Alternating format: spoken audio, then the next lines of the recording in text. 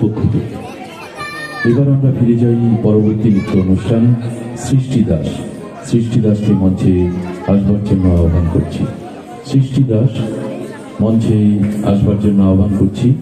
আমাদের এরপরে রয়েছে সঙ্গীতের অনুষ্ঠান।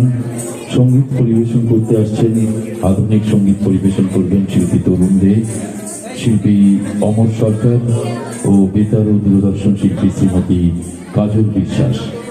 আর কিছুক্ষণের মধ্যে শিল্পীরা মঞ্চে আসবেন। এখন নৃত্য পরিবেশন করবেন শিল্পী সৃষ্টি দাস। সমগ্র অনুষ্ঠানটি আপনারা দেখছেন চাঁদপুর পল্লী অধিবাসী বৃন্দের পক্ষ থেকে।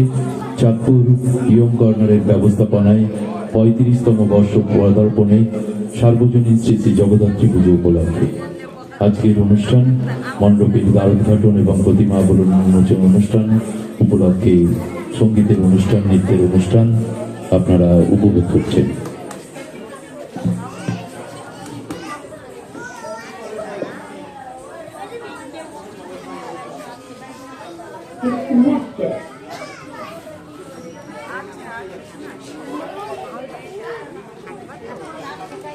Yeah.